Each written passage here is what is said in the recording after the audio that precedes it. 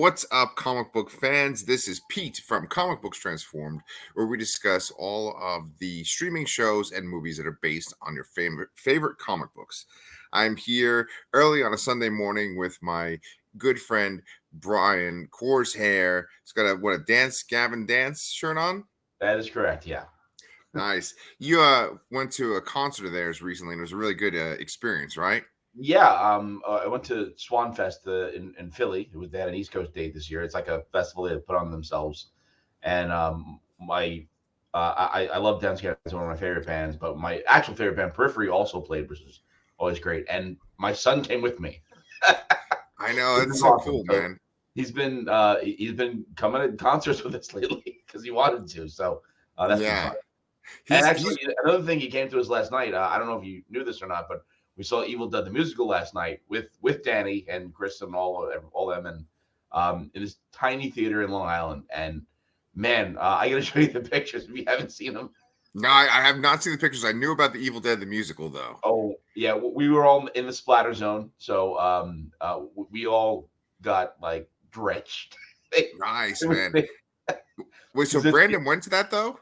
Yeah, this is the second time actually too, which is funny. Damn, man, your kid's having a more active social life than I do.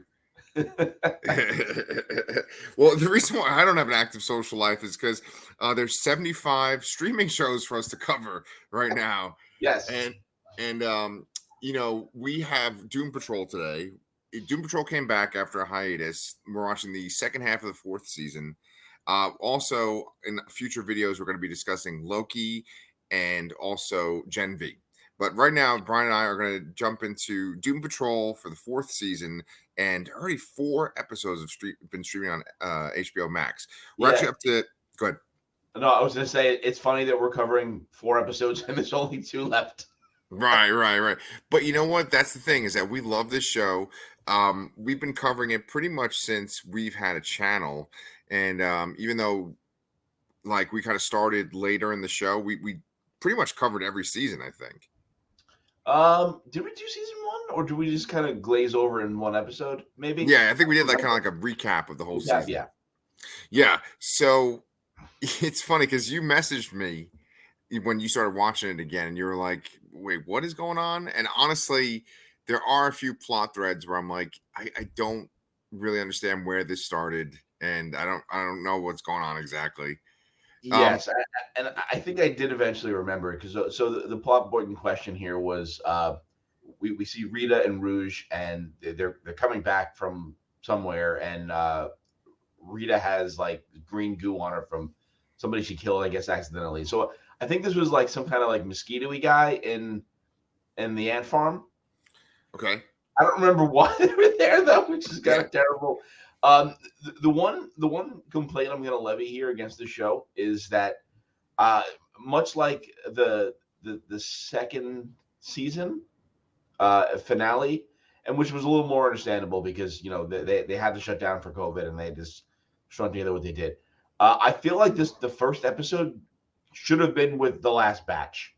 Because they kind of wrapped up everyone and everything in that other dimension and all those things, and it kind of like, you know, and that episode ended with the resurrection of Immortimas and the reappearance of Isabel Feathers, which I was not expecting whatsoever.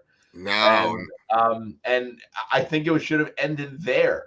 You know, last time, and maybe they weren't finished. I don't know, but I think that's a problem. Is that, you know, it's been a year and we left off on, you know, the penultimate episode of the cliffhanger. You know.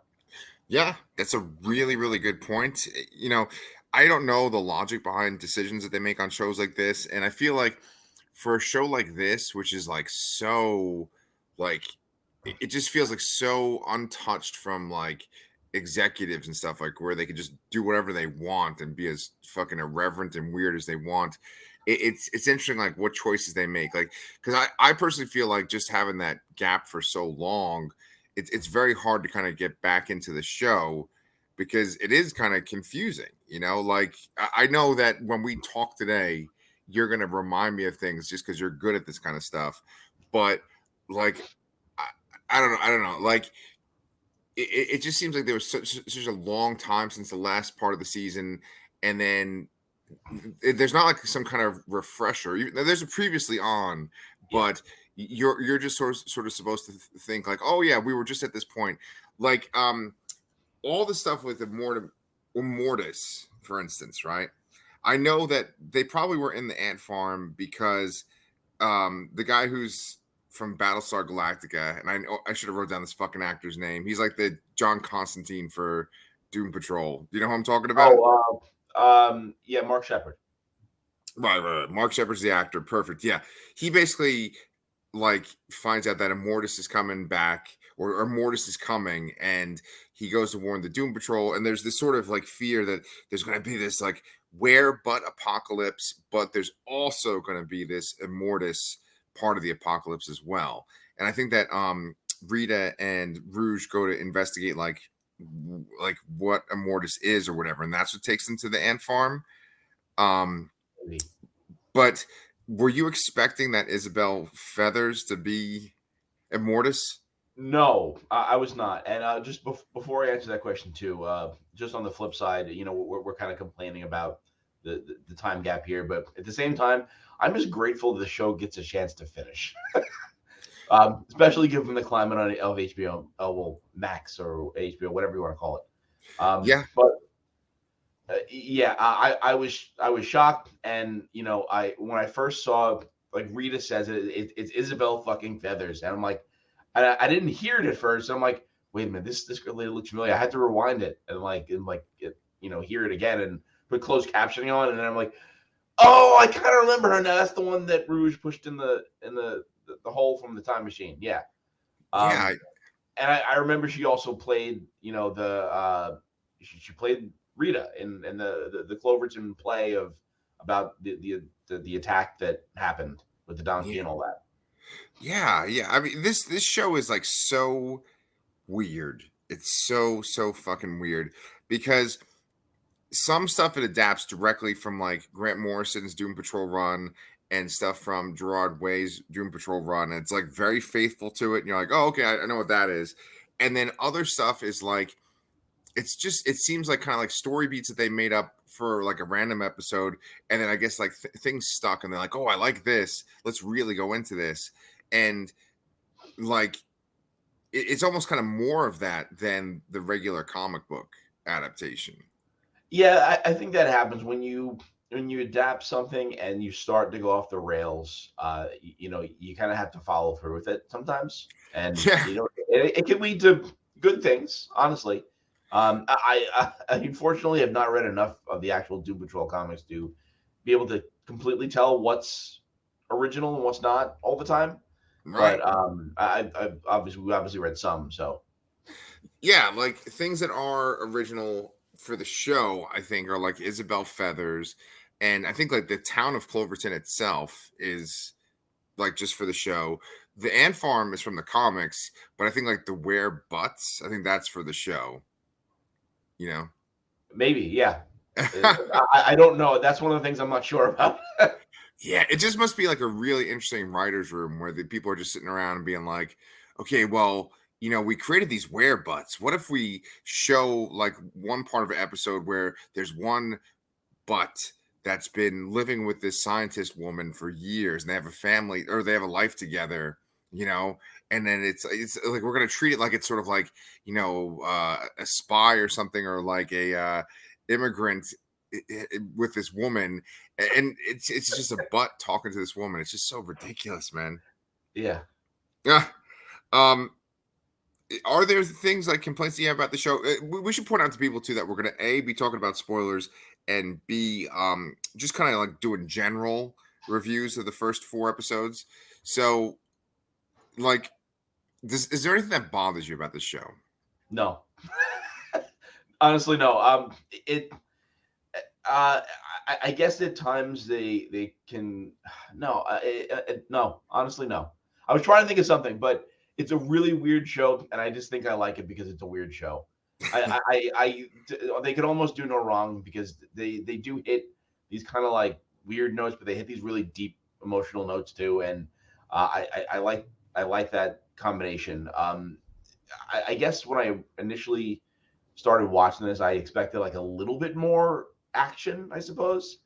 But and I'm shocked that they're able to come up with so much out of the trauma of these people, and because it really is it's extremely serialized, Yes. and they've built upon these events in these people's lives, and I if you would have told me that they're still kind of going on about this almost the same issues but in different ways or in greater depths, I would have been surprised. Yeah. When I first started watching it, but I honestly I love it. I'm gonna be sad when it's over. Um, for me, the first. No, it's not the first. What are the actual numbers of these episodes? Like So okay, we're 7, 8, 9, and and 10. 10. Yeah. Okay, so like 7 and 8 and 10 are good episodes. They're standing, but like the musical episode, that's what I really wanted to talk about because it's so fucking weird, but it's It so is. great. Yes. Yes. And I think that's it's funny, right? Because you know, many times I talk about how like two of the creators from Supernatural are like the people that make some of the most interesting shows right now or genre shows right now. And Eric Kripke has Gen V and The Boys, and we're going to talk about that in another video. And then Jeremy Carver has this show. And it's so funny because like Supernatural, like there's so many seasons of it, there's so many episodes, there's like a mythology to it that they go to every season, but they always would focus on this kind of issue of like the brothers and the brothers kind of betraying each other, the brothers doing things for each other because they love each other, but then they end up keeping secrets from each other. And it's just like what you just said, where like regardless of little plot details, Cliff is always kind of in one scenario, Rita's always in one scenario, uh, Vic is always in one scenario. It like they're always in some state of just sort of depression or existential crisis, and it's always based on the same kind of issue, but there's just like different sides of that issue. Yes. you know so why don't we just go ahead and pick a character, kind of talk about where their issue has brought them recently, and just we'll just do each character on the team. So which of the Doom Patrol do you want to discuss first? I have no idea. Cliff's always a good place to start because we love Cliff. Yeah, Uh, Cliff. and honestly, anytime that Brendan Fraser is on set, it's just fantastic. Yes, yes, yes, yes. He made his way into this Immortimas Patrol episode 9, the musical episode. I think the reason why I was referencing Supernatural too is because Supernatural did have a musical episode, and Supernatural was clearly inspired by Buffy too, and Buffy had a musical episode as well. Yes, you can definitely see that. But although there's a lot more, the subject matter is a bit different, and there's a lot more cursing. Yes, yes. And So, go ahead. okay. No, I was gonna say, also like I know I'm just trying to think off the top of my head like what shows had like full musical episodes, and I think that recently Star Trek Strange New Worlds or whatever, that one had a musical episode too recently. Like it seems like when a show really just kind of cares about the fan base and like isn't trying to hit certain numbers, it's just like there to fit a very niche audience. I think they do weird things like this musical episode. Yeah, agreed. But it was honestly one of my favorites. So we're talking about Cliff here. I think one of the big things to talk about with him is the fact that he willingly gave up his longevity here, to get back to his daughter and grandchild, his grandson. And that was kind of like a big. I was a little surprised actually. I mean, I kind of figured that Immortus had to get resurrected here, but I was surprised that Cliff kind of gave in so willingly. Yeah, yeah. I think like we're doing character by character, but like I asked you if you had any problems with the show. I actually really am kind of bothered by the Immortus being Isabel Feathers thing, because I like that they do callbacks to other parts of the show and that there's things that like just organically have evolved on the show.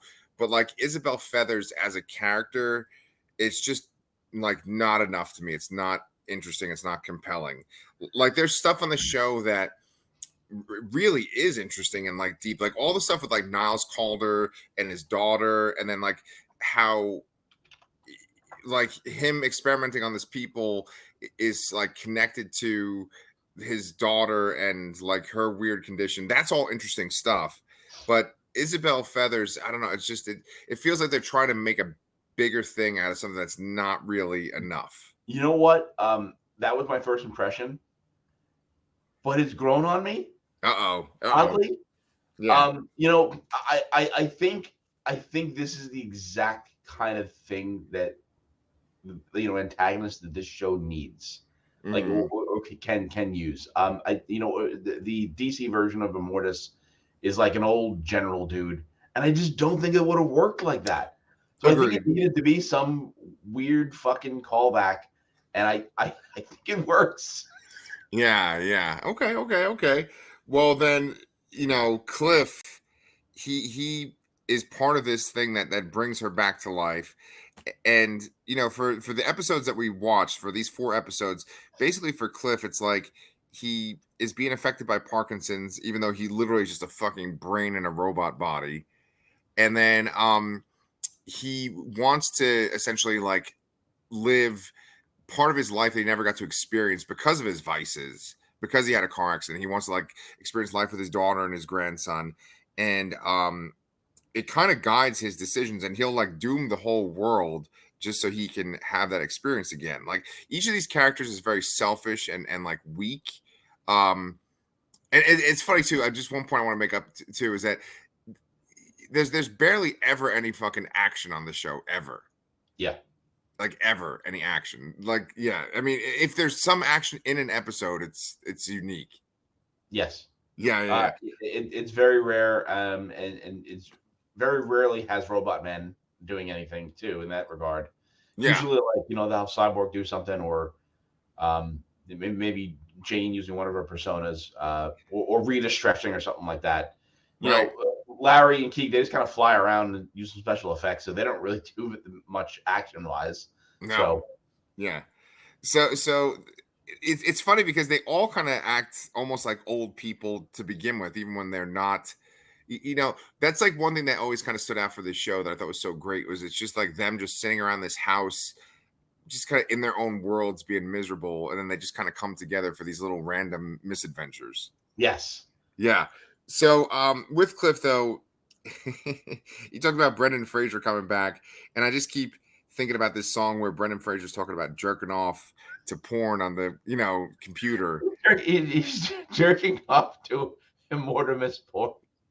Yes, They made yes, it because it was a Christmas episode, sort of at the same time. Oh yes. God, and just just the synchronized dancing and all that, and seeing Brendan Fraser doing all that, I was in awe of it. When you're watching something by yourself, and even when it's funny, like you're watching a comedy by yourself, you don't kind of laugh out loud, really. You laugh when Yeah, it's other people with you and you're enjoying it together, or blah blah blah. I yeah. laughed out loud so many times by myself in this episode, usually Yeah. around Brendan Fraser, but Yes. it was fantastic. I do realize we had to kind of speed up these things here, though. So, the other thing to mention about Cliff is that everyone's kind of finding out that he didn't kill that werebutt, and it's gotten out, and that's kind of coming to light now too. Yes. Yeah, I love him singing "I Want to Drive My Stick" or whatever the fuck he's singing. Because every Yeah. kind of song by each character kind of fits a different genre, and he's got this sort of like rock opera song. And at one point, there's like fucking cum tissues just falling from the sky like snow. It's fucking perfect.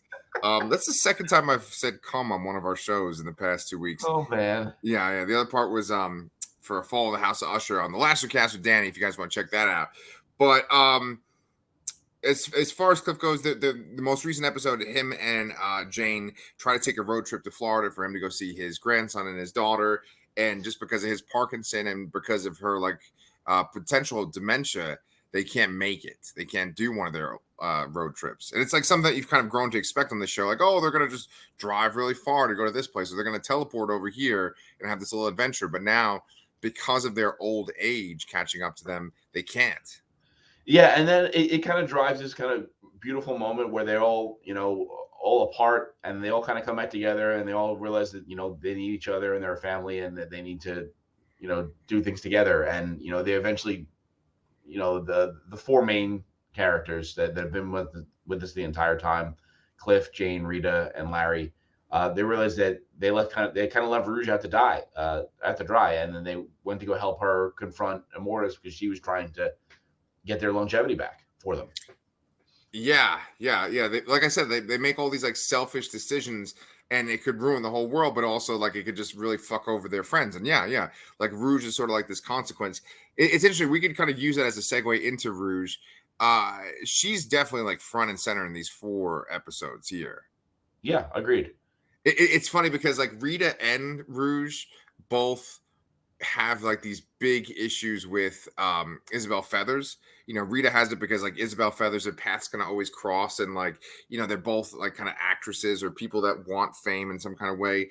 And then with Rouge, it's like she just accidentally potentially killed Isabel Feathers, and she's constantly dealing with being a bad person and the repercussions of it. And I think by the time you get to this last episode, it's like she's potentially going back to the Brotherhood of Evil, or they're doing like a new version of it.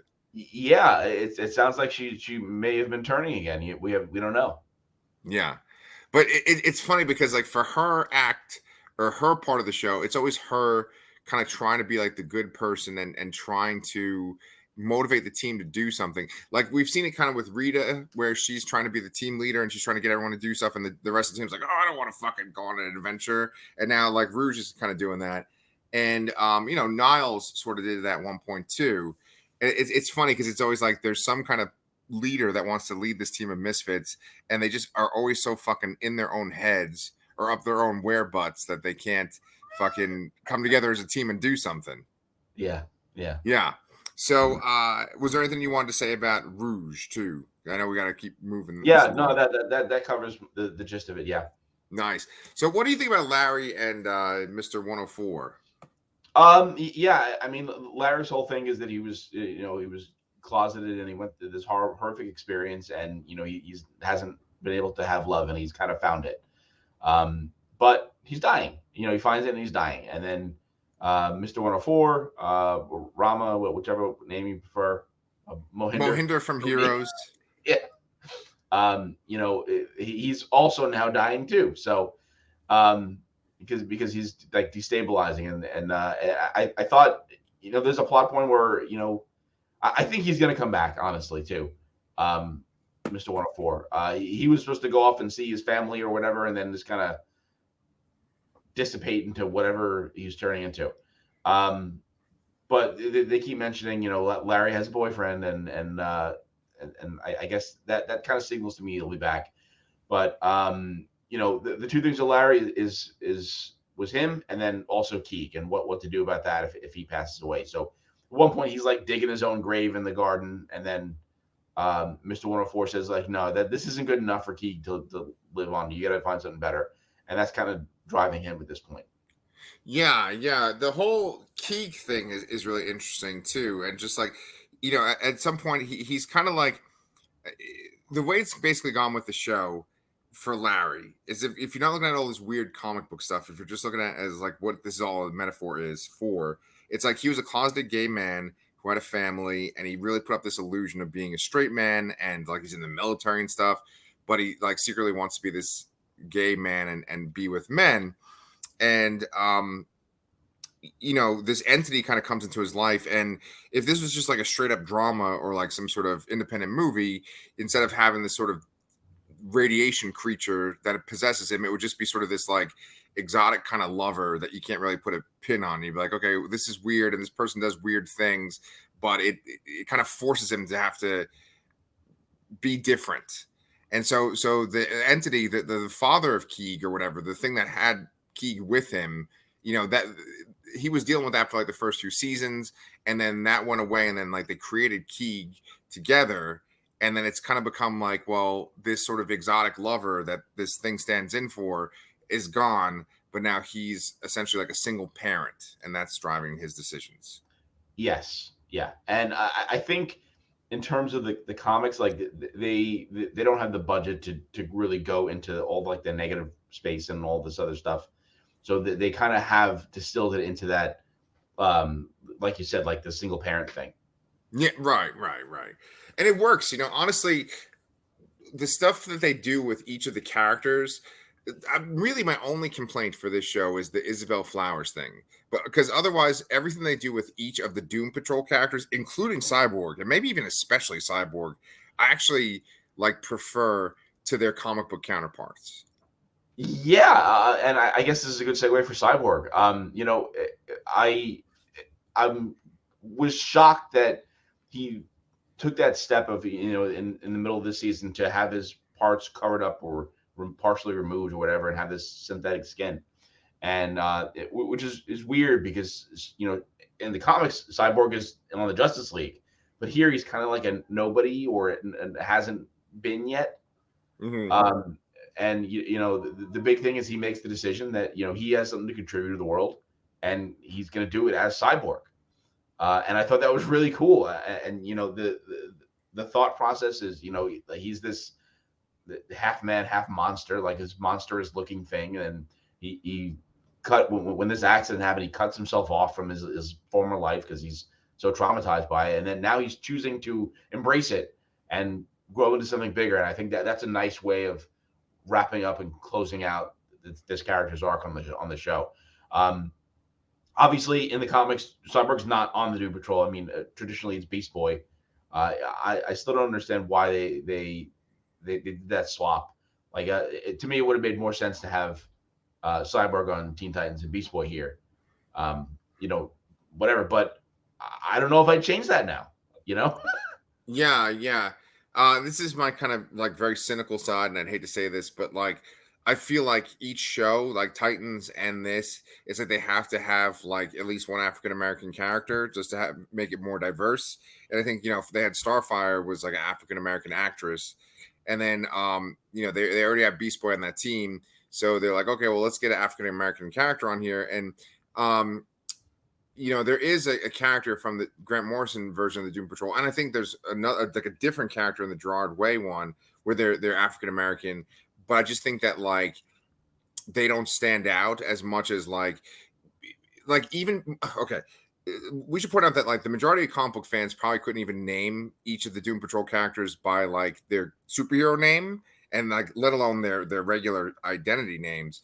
But I really don't think that like I can't even remember the fucking African American guy from the Grant Morrison run and the guy from the Gerard Way run. So like they're like, oh well, we need someone with more name or recognition, so they just pick Cyborg. I think Maybe, maybe. Yeah. What I love about our discussions is that I do these like long blathering explanations, and then you go, yeah. Yeah. Well, I'm trying to kind of get us to speed through here because I know we're taking longer than we wanted to here. And we haven't Yeah.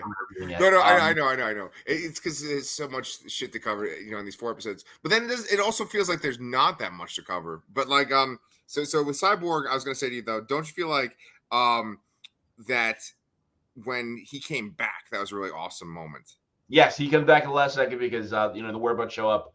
And then talking about what you mentioned before, one of the plot lines that you just don't remember from previously with Teddy, the Werebud, who is I guess Nicholas and is Nicholas's son, the one that's married to the doctor, and I don't remember any of that. Yeah. But, there's something where like a zombie bit a butt.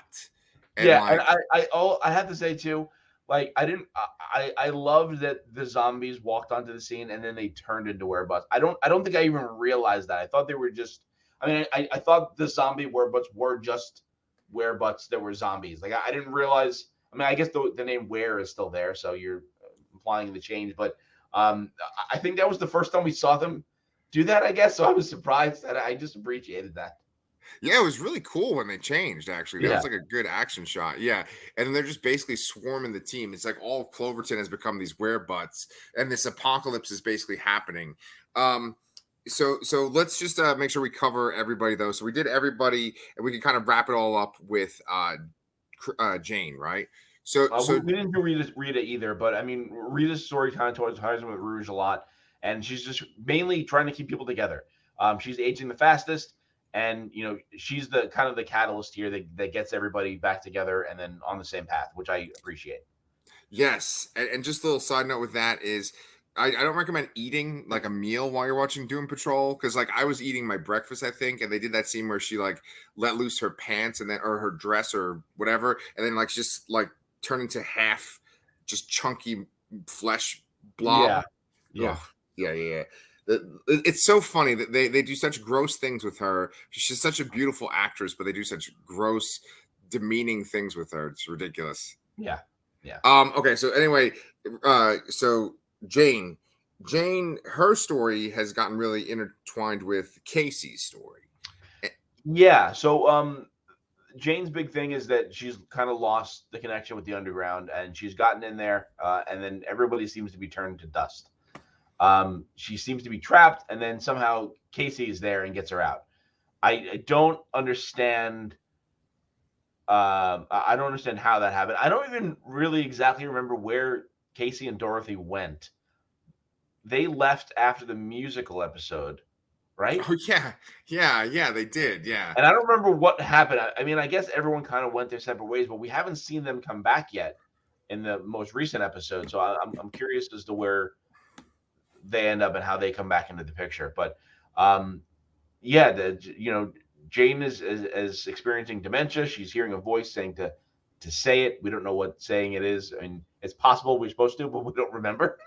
Right. I Yeah, I mean, maybe it has to do with her father. Her father that would like sexually abuse her.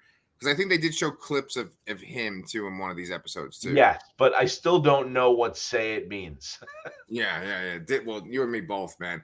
I wonder if there's like any like really hardcore Doom Patrol fans that like know all this shit. It's like their favorite show, and they could easily answer these questions for us. Yeah, I mean, I wish we could.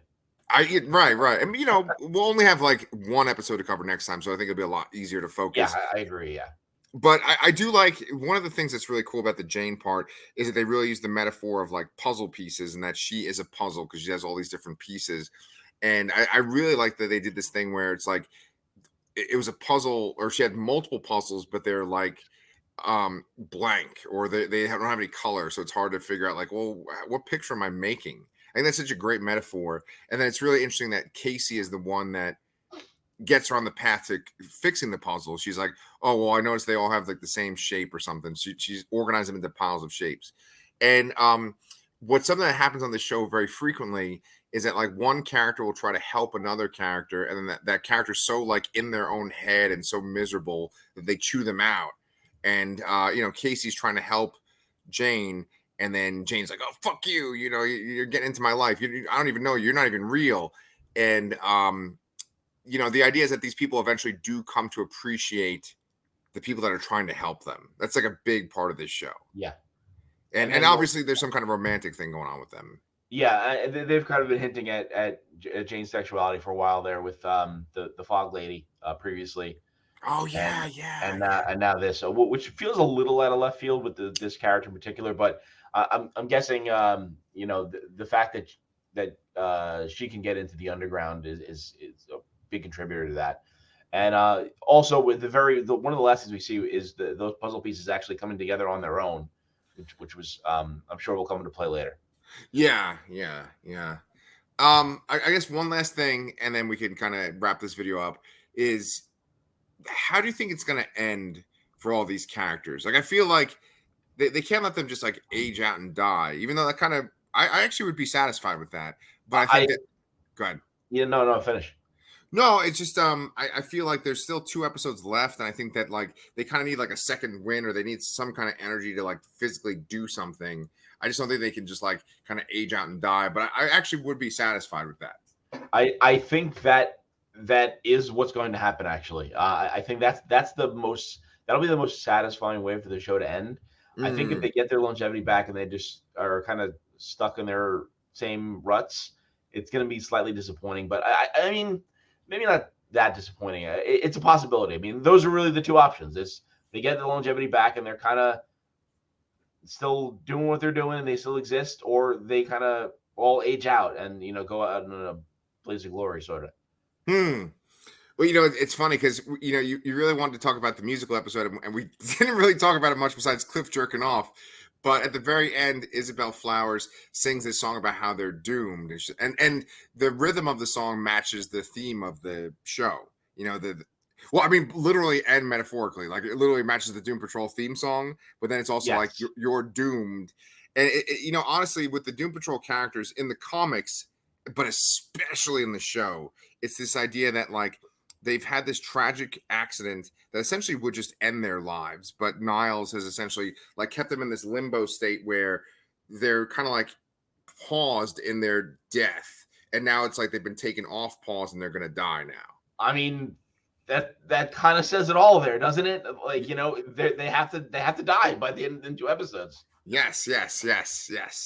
Yeah, and I think that like maybe we'll get some kind of weird thing where like Cliff can like touch his grandson, or like somehow his grandson's able to interact with him. And Oh he's yeah, like yeah. They're human. absolutely going to get satisfying ends. They're going to get character arc completing ends, but they are going to end like literally and figuratively. Yeah. They know it's going to end. Well, I think that's a good cue for us to end this video. So, Brian and I have been covering Doom Patrol for a while. We got 2 episodes left. We're going to do one each next. So make sure you guys are checking in every week. But besides that, also make sure you check out our Loki and Gen V videos. Well, those are still going on too. All right. So we'll see you guys next week.